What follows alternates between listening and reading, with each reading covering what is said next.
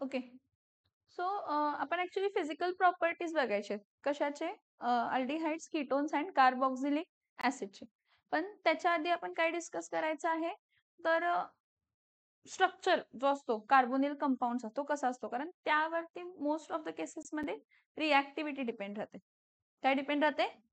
काय डिपेंड राहते?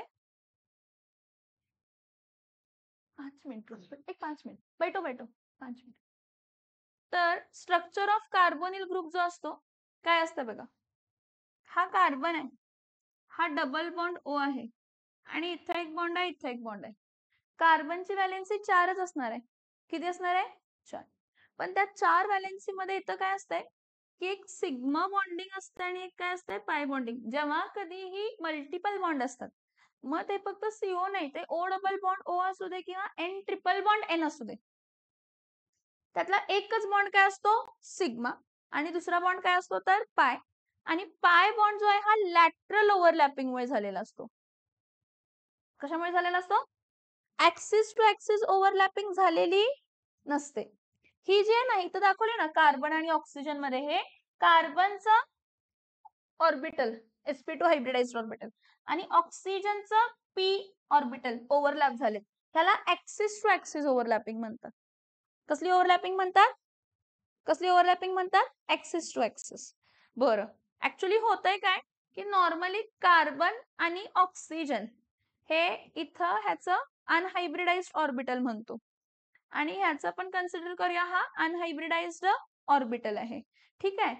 ह्याचं जेव्हा हायब्रिडाइज्ड ऑर्बिटल आहे इथं कार्बनचा आणि ऑक्सिजनचा पीझेड ओव्हरलॅप करतो क्लॉकवाईज आणि अँटी क्लॉकवाईज, तर त्या इंटरॅक्शन मुळे ती जवळ येतात. काय येतात ती? जवळ आल्यामुळे इथं कार्बनचा एक इलेक्ट्रॉन ह्या ऑर्बिटल मध्ये क्लॉकवाईज फिरत असतो आणि ऑक्सिजनचा इथं इलेक्ट्रॉन एक अँटी क्लॉकवाईज फिरत असतो. मग क्लॉकवाईज आणि अँटी क्लॉकवाईज फिरतोय तर हे पण स्लाइटली अट्रॅक्ट होतात. पहिला लांब होते, जेव्हा हे ऍक्सिस टू ऍक्सिस ओव्हरलॅपिंग झालेलं नव्हतं त्यावेळी लांब होते, पण जेव्हा ऍक्सिस टू ऍक्सिस ओव्हरलॅपिंग झालं जवळ आले. जवळ असल्यामुळे इथं क्लॉकवाईज आणि इथं अँटी क्लॉकवाईज एक weak force of attraction develop होतो आणि तो वीक फोर्स ऑफ अट्रॅक्शन जो काही डेव्हलप होतो त्याला आपण कसला बॉन्ड म्हणतो तर pi bond. So pi bond is not actual overlapping, it is a side wise किंवा कसलं ओव्हरलॅपिंग असते तर लॅटरल ओव्हरलॅपिंग आणि तो हायब्रिडायझेशन इन्व्हॉल्व करत नाही. जो हा हायब्रिड ऑर्बिटल नाहीये. कसला ऑर्बिटल नाहीये? अनहायब्रिड ऑर्बिटल आहे. समझ में आ रहा है? यस और नो? ओके. सो नॉर्मली मग हायब्रिड ऑर्बिटल कार्बनचे आहेत किती? 1 2 आणि काय आहेत तर 3.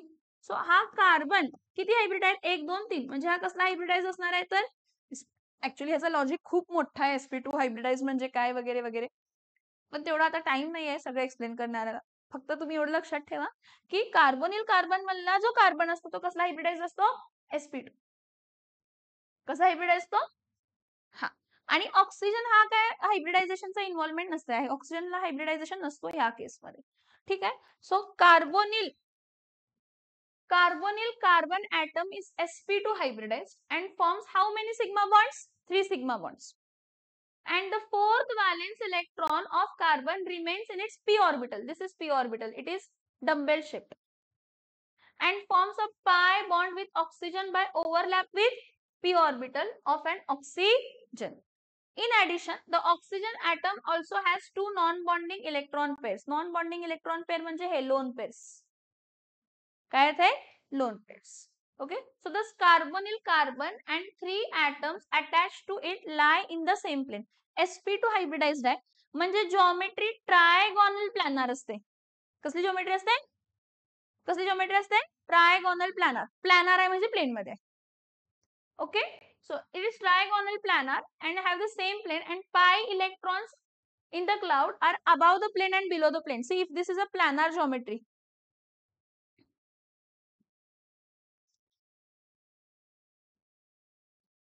So this is the plane. This is the, या प्लेन मध्ये इथं एक लोब आहे, इथं एक लोब आहे आणि इथं एक लोब आहे. हा प्लेन झाला. हा जो कार्बन आहे ना वरती एक लोब आणि खाली एक लोब, हा लॅटरल ओव्हरलॅपिंगचा. समजते का? सेम इथं ऑक्सिजनचा पण येते लक्षात. So the bond angle is approximately 120 and expected to be trigonal planar structure. कसला structure असतो? Trigonal planar. So the carbon oxygen double bond is polarized. आता polarized का असतो? तर electronegativity. Left to right electronegativity वाढते. ऑक्सिजनची इलेक्ट्रोनेगेटिव्हिटी जास्त असते आणि कार्बनची इलेक्ट्रोनेगेटिव्हिटी कमी असते. मग जो काय पाय बॉन्ड आहे तो पाय बॉन्ड काय होणार आहे तर ऑक्सिजनची इलेक्ट्रोनेगेटिव्हिटी जास्त आहे त्यामुळे ह्यातला पाय बॉन्ड इथं शिफ्ट होणार. हा बॉन्ड आहे. हा बॉन्ड कशामुळे फॉर्म झालाय? 2 इलेक्ट्रॉनमुळे. मग हा पाय बॉन्ड जो आहे हा पाय बॉन्ड लोन पेअर्स मध्ये कन्वर्ट होणार. कशामध्ये कन्वर्ट होणार? मग जेव्हा हा बॉन्ड इथं शिफ्ट झाला एक कार्बनचा इलेक्ट्रॉन होता ना तो ऑक्सिजन कडे आला म्हणून ऑक्सिजन वरती चार्ज काय डेव्हलप झाला? मायनस. ऑक्सिजन वरती चार्ज काय डेव्हलप झाला? ऑक्सिजन वरती चार्ज काय डेव्हलप झाला? समजते का? Yes or no? मग जेव्हा पोलॅरिटी डेव्हलप होते प्लस आणि मायनस त्याला पोलराइज्ड मॉलिक्यूल म्हणतो. कसला मॉलिक्यूल म्हणतो? So yes, polarized due to higher electronegativity of oxygen relative to carbon. Hence, the carbonyl carbon is an electrophile. Positively charged, electron deficient. इलेक्ट्रॉनची कमतरता आहे म्हणून इलेक्ट्रॉन लविंग आहे. Electrophile, electron loving. Electrophile, electron loving. ठीक आहे. Lewis acid and a carbonyl oxygen is a nucleophile. Nucleophile त्याच्याकडे electrons जास्त आहे. न्यूक्लियस लविंग आहे, इलेक्ट्रॉन हेटिंग असतो. न्यूक्लियस लविंग आहे. So carbonyl compound have a substantial dipole movement. Dipole movement एकावरती plus आणि एकावरती मायनस दोन वेगवेगळे पॉझिटिव्ह नेगेटिव्ह डेव्हलप झालं तर त्याला पोलॅरिटी म्हणतो dipole movement. And are polar than ether. So high polarity of carbonyl group is explained on the basis of resonance involved in A and B structure as shown in the figure.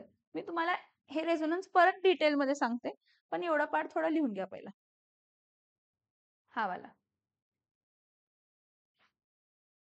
दिसेल ना किंवा slide करा तुमचं तुम्ही मग मला 5 मिनिटात भेटून.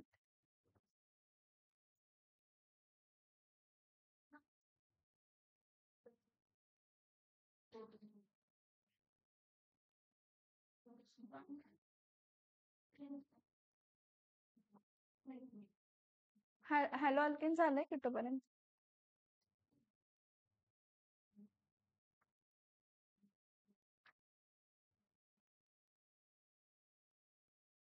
बरं ठीक आहे. नाव physical properties of aldehydes ketones आणि काय आहेत तर कार्बोक्सिलिक ऍसिड. त्यामध्ये पहिला फिजिकल प्रॉपर्टीज ऑफ अल्डिहाइड्स मध्ये बघ. फिजिकल प्रॉपर्टीज ऑफ अल्डिहाइड्स मध्ये सगळ्यात पहिला कोण असते तर मिथेनॉल. मिथेनॉल कोण असतो? HC double bond O single bond काय असतो तर H. HC double bond single bond H. Methanol formaldehyde ज्याला आपण म्हणतो. So your formaldehyde is gas at room temperature. Formaldehyde कसं असतो? गॅस ऍट काय असतं तर room temperature. Acetaldehyde CH3C double bond OH ह्याला इथेनॉल म्हणतो. काय म्हणतो आपण ह्याला? इथेनॉल. सो इथेनॉल काय असतो? Ethanol is a volatile liquid. Volatile liquid म्हणजे जो इझिली वेपराइज होऊ शकतो. हॅलो हा आहे थांबलाय की. ठीक आहे. ए रिक्षा नाही पिलू असं सांगितलंय. सो इथेनॉल म्हणजे ऍसिटल्डिहाइड. ऍसिटल्डिहाइड कोणत्या स्टेट मध्ये असतो तर ऍसिटल्डिहाइड वोलाटाइल लिक्विड. बोल की रजा. प्रिपरेशन झाले सगळे? घे की मग प्रिपरेशनचे क्वेश्चन्स. हा घे की मग जे आहे ते घे. बरं other aldehydes and ketones. Other aldehydes कोण आहेत? प्रोपिऑन अल्डिहाइड, ब्युट्राल्डिहाइड, वेल्ड्राल्डिहाइड. जसं जसं मोलार मास वाढेल जसं जसं जसं जसं तसं तसं त्याचं वोलॅटिलिटी कमी होते. वोलॅटिलिटी म्हणजे त्याचा बॉइलिंग पॉइंट वाढतो. काय वाढतो? काय वाढतो? बॉइलिंग पॉइंट वाढत जातो. ठीक आहे. So methanol is gas at room temperature. Ethanol is volatile liquid. आणि जे अदर अल्डिहाइड्स अँड कीटोन्स असतात ते लिक्विड असतात किंवा सॉलिड असतात ऍट रूम टेम्परेचर. जेवढा जास्त मोलार मास मोस्टली C8 नंतर ना सॉलिड मध्ये कन्वर्ट होतात. कशामध्ये कन्वर्ट होतात? हा म्हणजे फॉर्मल्डिहाइड हा एकच अल्डिहाइड आहे जो गॅशियस स्टेट मध्ये. इथेनॉल लिक्विड आहे पण वोलाटाईल. वोलाटाईल म्हणजे इझिली वेपराइज होतो. कीटोन सगळ्यात बेसिक कीटोन कोण असतो सांगा? Dimethyl ketone. डायमिथिल कीटोन सगळ्यात बेसिक पहिला कीटोन आहे. CH3C double bond O single bond काय आहे तर CH3. ह्याला आपण काय म्हणतो तर प्रोपेनॉन. काय म्हणतो आपण ह्याला? हा हा लिक्विड स्टेट मध्ये. कोणत्या स्टेट मध्ये? कोणत्या स्टेट मध्ये? लिक्विड. वोलाटाईल लिक्विड ऍसिटोन नखाला लावतात तुम्ही, नेलपेंट रिमूव्हरला किंवा टर्पेंट ऑइल मध्ये ऍड केले जाते थिनर म्हणून. इझिली वेपराइज होतो तो.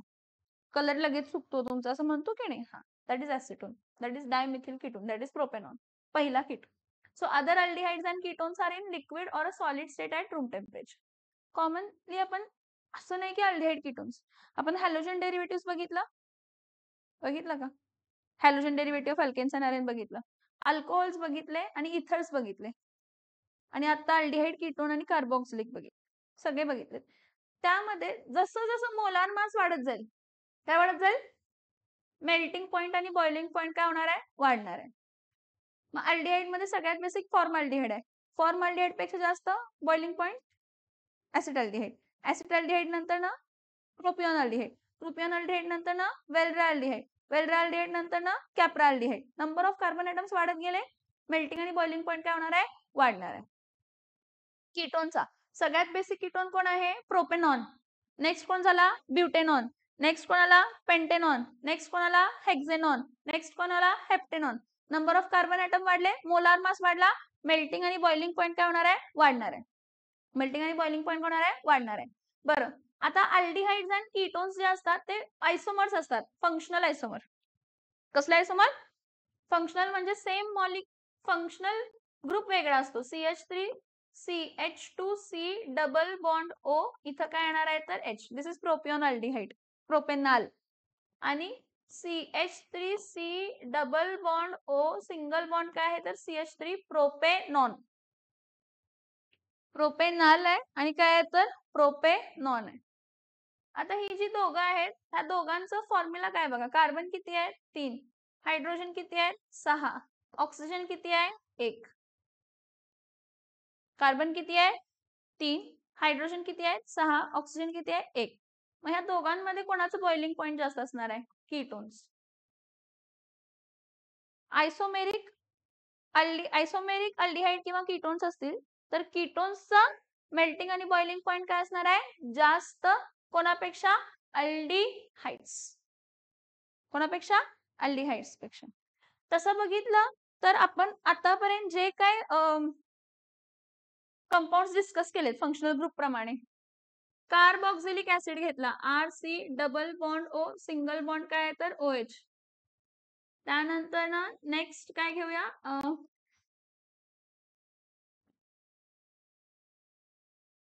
RC double bond O single bond OH carboxylic acid. Carboxylic acid नंतर ना नेक्स्ट कोण असतो तर अल्कोहोल. अल्कोहोल नंतर ना नेक्स्ट कोण असतो तर कीटोन. कीटोन नंतर ना नेक्स्ट कोण असतं तर अल्डिहाइड. अल्डिहाइड नंतर ना नेक्स्ट कोण असतं तर इथर्स. आणि इथर्स नंतर ना नेक्स्ट कोण असतात तर अल्केन. म्हणजे हे जे काय आहेत ह्यांचा मोलार मास नियरली काय असेल? सेम. इथं दिले बघा. एन ब्युटेन, मिथॉक्सिथेन, प्रोपेनॉल, ऍसिटोन आणि प्रोपेन -1 ऑइल. ह्यांचं मोलार मास नियरली सेम आहे बघा.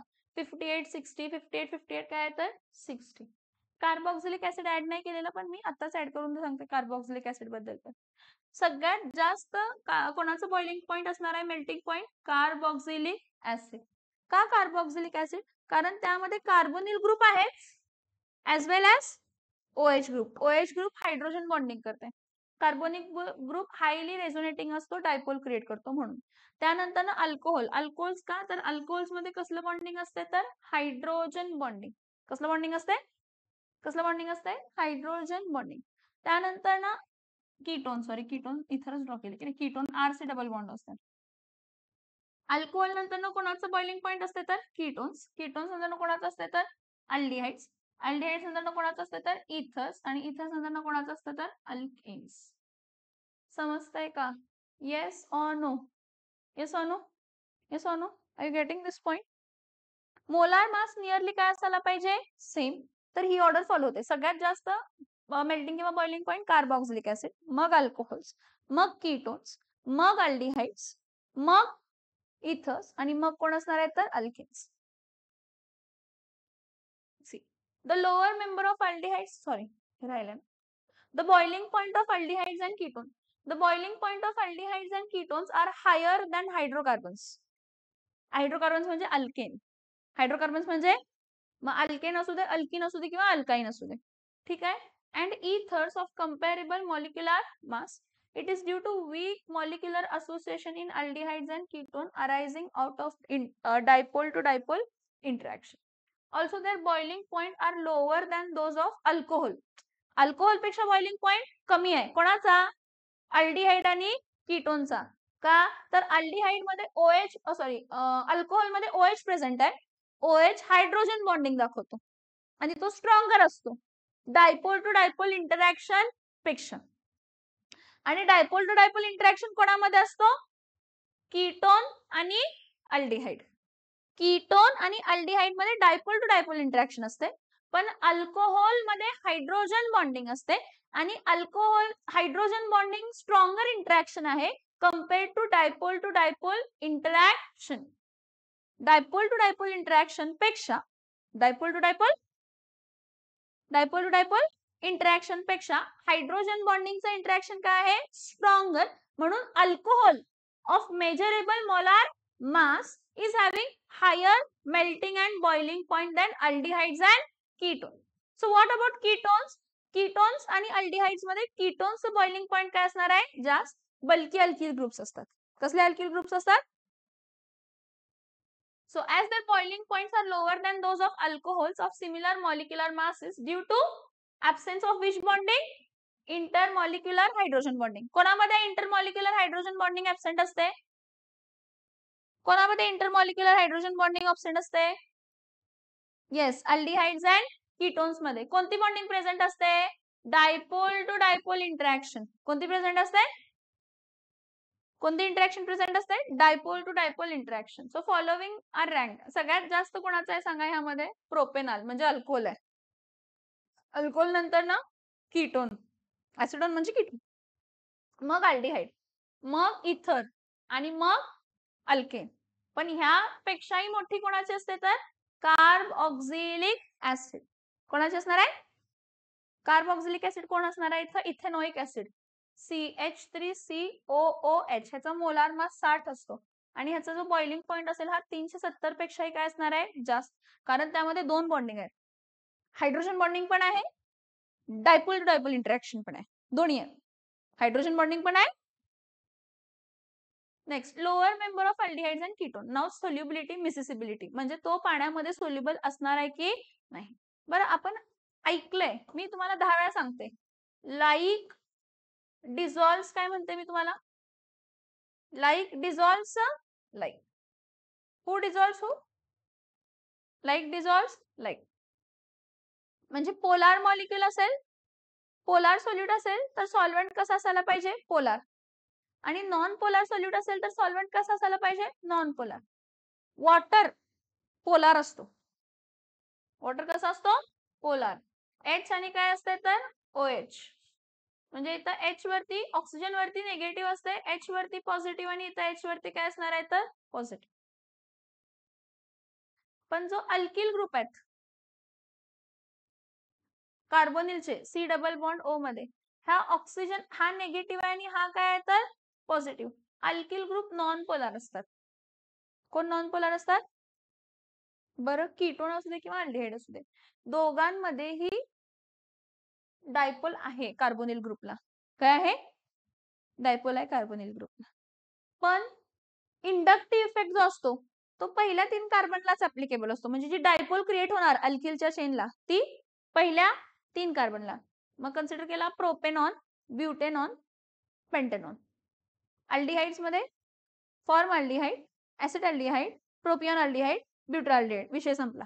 ह्याच्यावरती इंडक्टिव्ह इफेक्ट अप्लाय होत म्हणजे पोलॅरिटी डेव्हलप जरी झाली तर खूप खूप वीक असते, ती नेग्लेक्ट करतो आपण. काय करतो? म्हणजे स्टार्टिंगची मटेरियल्स मध्ये पोलॅरिटी आहे Lower member of aldehydes and ketones are polar in nature due to that carbonyl carbon. C double bond O. ज्यावरती कार्बन वरती पार्शियल प्लस होतो आणि ऑक्सिजन वरती पार्शियल मायनस. पण जे सी डबल बॉन्ड ओ आहेत ते जॉईन कोणाला आहेत? C double bond O join alkyl ग्रुपला आहेत. कोणाला आहेत? Alkyl group. म्हणजे हा इथं शिफ्ट झाला, हा मायनस आणि हा काय झाला प्लस.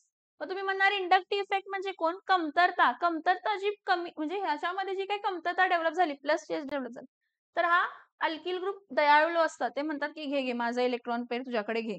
म्हणजे शेड पेअर ऑफ इलेक्ट्रॉन आहेत हे ह्याच्याकडे शिफ्ट करतात कार्बनकडे. त्यामुळे ह्यावरती काय डेव्हलप होते तर पार्शियल प्लस वन, ह्याला पोलॅरिटी डेव्हलप झाली. परत इथं काय आलं तर पार्शियल प्लस टू. पण ही एवढीच डेव्हलप होते. पहिला कार्बन, दुसरा कार्बन, तिसरा कार्बन, चौथ्या कार्बनला डेव्हलप होत म्हणजे पोलॅरिटी कमी झाली. पोलॅरिटी कमी झाली, सोल्युबिलिटी कमी. पोलॅरिटी कमी, सोल्युबिलिटी लाईक डिझॉल्व्स लाईक. जेवढं जास्त पोलार तेवढं जास्त सोल्युबल, जेवढं कमी पोलार तेवढं कमी सोल्युबल, जेवढं कमी पोलार तेवढं कमी सोल्युबल. समजते का मी काय सांगितलं? Yes or no? So however the solubility of aldehydes and ketone decreases rapidly on increasing the length of alkyl chain. समजते का अल्किल चेनची लेंथ? इथं 2 कार्बन आहेत, 3 कार्बन आले परत पोलॅरिटी कमी झाली, 4 कार्बन आले परत पोलॅरिटी कमी झाली. पोलॅरिटी कमी, सोल्युबिलिटी कमी आणि पोलॅरिटी 4 कार्बन परत असते. 4च्या पुढे कोणताही अल्डिहाइड किंवा कीटोन सोल्युबल नाही राहणार कारण ते नॉन पोलर होतात. So as all the aldehydes and ketones are fairly soluble in organic solvent. Organic solvent non-polar असतात. Organic solvent हा मग सगळे हायर अल्डिहाइड्स आणि कीटोन्स काय आहेत तर नॉन पोलर. पोलॅरिटी कमी झाली म्हणजे नॉन पोलर झाले. तर त्यांनी म्हटलं फेअरली सोल्युबल होतात म्हणजे आरामात डिझॉल्व्ह होतात. फेअरली सोल्युबल आहेत म्हणजे आरामात काय होतात डिझॉल्व्ह. ऑर्गॅनिक सॉल्व्हंट कारण ऑर्गॅनिक सॉल्व्हंट नॉन पोलर असतात. कोण आहेत? Benzene C6H6, ROR, methanol, chloroform, etcetera. The lower aldehydes have sharp pungent odour. ह्यांचं ऑर्डर कसं असतं बघा. हा अल्डिहाइड, लोअर अल्डिहाइडचा पंजंट ऑर्डर असते आणि हायर अल्डिहाइड्स मग चांगली स्मेल येते त्यांना. पंजंट टू काहीच स्मेल नाही टू चांगली स्मेल. पंजंट टू काहीच स्मेल नाही to aldehydes. Ketones bland odour असतात. ब्लेंड ऑर्डर म्हणजे वास आहे पण आणि म्हणजे नाहीच, वासच नाहीये, काही प्रॉपर वास येत त्याला ब्लँड ऑर्डर म्हणतो आपण त्याला. So as the size of the molecule increases, the odor becomes less pungent and more fragrant. In fact, many naturally occurring aldehydes and ketones are used in the blending of perfumes and flavoring agent. But higher ketones कसे असतात? Bland order. Blend order blend order काहीच वास येत नाही. Blend order BLAND blend order काहीच वास येत. कभी घर पे हुआ है कैसे कुछ तो जल रहा है और आप बैठे रहे हो, फिर मम्मा ने आके 4 गालियां दी हैं और बोली है कुछ तो नाक में हाथी जाके बैठा था क्या, कैसे क्या स्मेल आई नहीं आप लोगों को, ऐसे कुछ बोला? अच्छे मम्मा फिर आप लोग. हम तो आए दिन गालियां खाते थे. तुम्ही सगळे कडल्ड आहात ना पॅरेंट्स, असं जरा सगळे पॅरेंट्स ऐकत असतात तुमचे. कोणती जनरेशन आहे तुमची? जेनझेड नाहीये तुम्ही, जेनझेड आहात तुम्ही का बीटा आहात?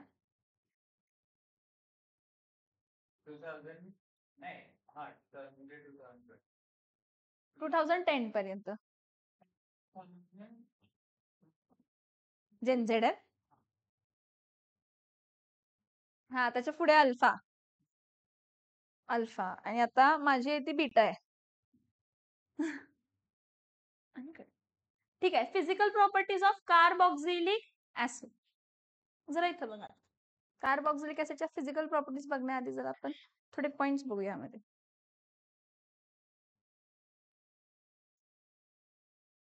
काय आहे रे हे? मस्त आहे ना? आहे की नाही आहे मस्त?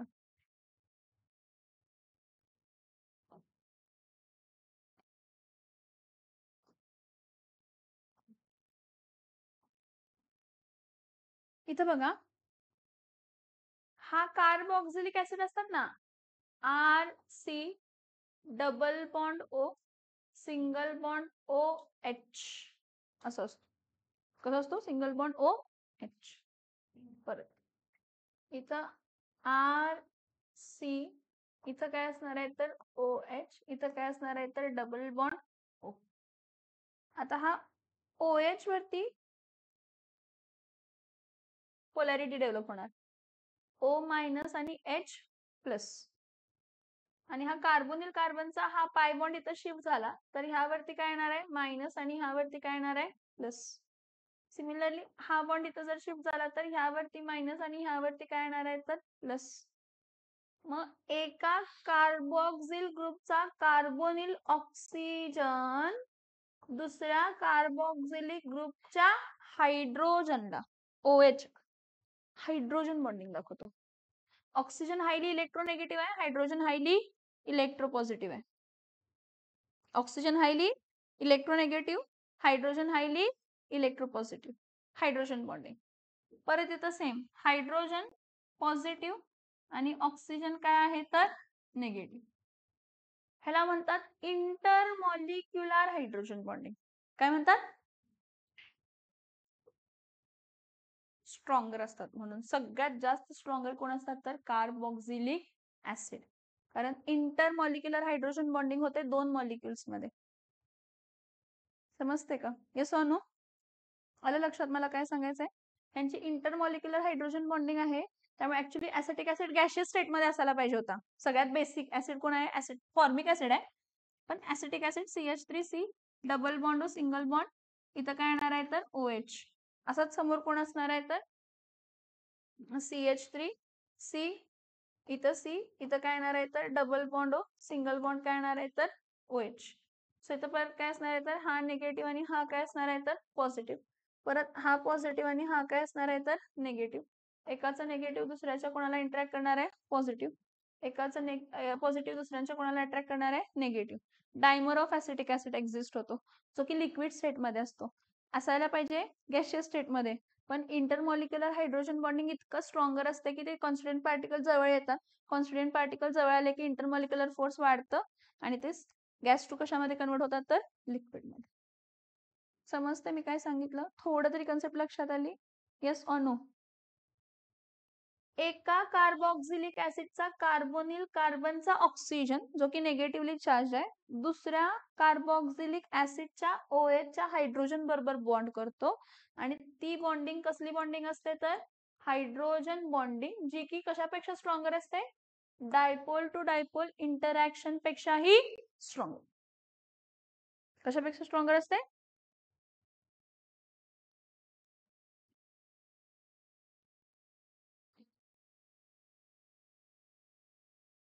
ठीक. नाव aliphatic carboxylic acid up to how many carbon atoms? 9 carbon atoms are colorless liquid at room temperature with unpleasant odor. चांगला वास नाही. फिजिकल प्रॉपर्टीज मध्ये आपण काय डिस्कस करतो? State, colour, odour, melting point, boiling point, solubility, ह्या गोष्टी. त्यामुळे स्टेट बद्दल झालं, कलर बद्दल झालं, ओडर बद्दल झालं, वास बद्दल. Next, the higher acids are wax like solids. Higher acids कशा आहेत? हायर ऍसिड्स कशा आहेत तर wax like solids and are practically odourless. Higher 9 carbon पेक्षा जास्त. And low volatility is low. Volatility is low म्हणजे इझिली वेपराइज होऊ शकत, कारण त्यांचं बॉइलिंग पॉइंट काय असणार आहे जास्त. कमी असला तर इझिली वेपराइज होणार. बॉइलिंग पॉइंट कमी आहे, जरासा टेम्परेचर मिळाला की लगेच वेपराइज होणार. बॉइलिंग पॉइंट जास्त आहे म्हणजे इझिली वेपराइज होणार, म्हणजे low volatility. So carboxylic acids are higher boiling liquids than aldehyde, ketones and even alcohols of comparable molecular masses. बघितलं ना आता आपण? ठीक. So this is due to more extensive association of carboxylic acid molecules through which bonding? Through intermolecular hydrogen bonding. See, this is intermolecular hydrogen bonding. The hydrogen bonds are not broken completely even in the vapor phase. Vapour phase मध्ये पण हे bond break होत नाहीत, म्हणजे इतके stronger असणार आहेत ते bonds. So in fact, most carboxylic acid exist as a dimer in the vapor phase or in the aprotoic solvent. Aprotoic solvent म्हणजे असा सॉल्व्हेंट जो H+ आयन देत नाही किंवा ज्यामध्ये H+ आयन नाहीये. Next, simple aliphatic carboxylic acids having up to how many carbon atoms? 4 carbon atoms are miscible in water because they can form hydrogen bonding. किती carbon item? 4. Inductive effect किती carbon पर्यंत applicable आहे? 4. त्यामुळे 4 carbon पर्यंत. So similar simple aliphatic carboxylic acids having up to 4 carbon atoms are miscible in water due to formation of which bond?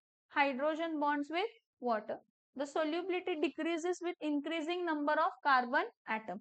Carbon atom वाढले, alkyl group वाढली, alkyl group वाढली, non polar end वाढला, non polar end वाढला, polarity कमी होणार. Polarity कमी होणार, solubility कमी होणार. पोलॅरिटी कमी, सोल्युबिलिटी कमी. पोलॅरिटी जास्त, सोल्युबिलिटी जास्त. पोलॅरिटी कधी कमी होते पोलार मॉलिक्यूलची? जेव्हा त्याची अल्किल चेन वाढते. काय वाढते? पहिला अल्किल चेन मध्ये 2 कार्बन होते, मग 3 झाले, मग 4 झाले, मग 5 झाले, मग 6 झाले, मग 7 झाले. इंडक्टिव्ह इफेक्ट 4 कार्बन पर्यंत आहे. पुढचे जे काही कार्बन आहेत ते सोल्युबिलिटी काय करणार आहेत तर कमी, कारण नॉन पोलार चेन आहे. अल्किल ग्रुप, हायड्रोकार्बन्स, अल्केन, अल्केनचा पार्ट म्हणजे अल्किल आहे, एक हायड्रोजन रिमूव्ह केलाय. त्यामुळे अल्किल ग्रुप नॉन पोलार असतात. नॉन पोलार असतात, सोल्युबिलिटी कमी होणार. आलं लक्षात? ठीक. Higher the carboxylic acids, higher carboxylic acids are practically insoluble in due to their increased hydrophobic interaction. Hydrophobic पाण्याला भितात. कोण? Alkyl groups. कोण भितात? Alkyl groups of hydrocarbon part. So benzoic acid, the simplest aromatic carboxylic acid, is nearly insoluble in cold water. Carboxylic acids are soluble in less polar organic solvent. Less polar, slightly polarized. कोण आहे? बेन्झिन्स, ethers, alcohol and chloroform. समझ में आ रहा है यहाँ तक? ठीक, लिहून घ्या ते फक्त.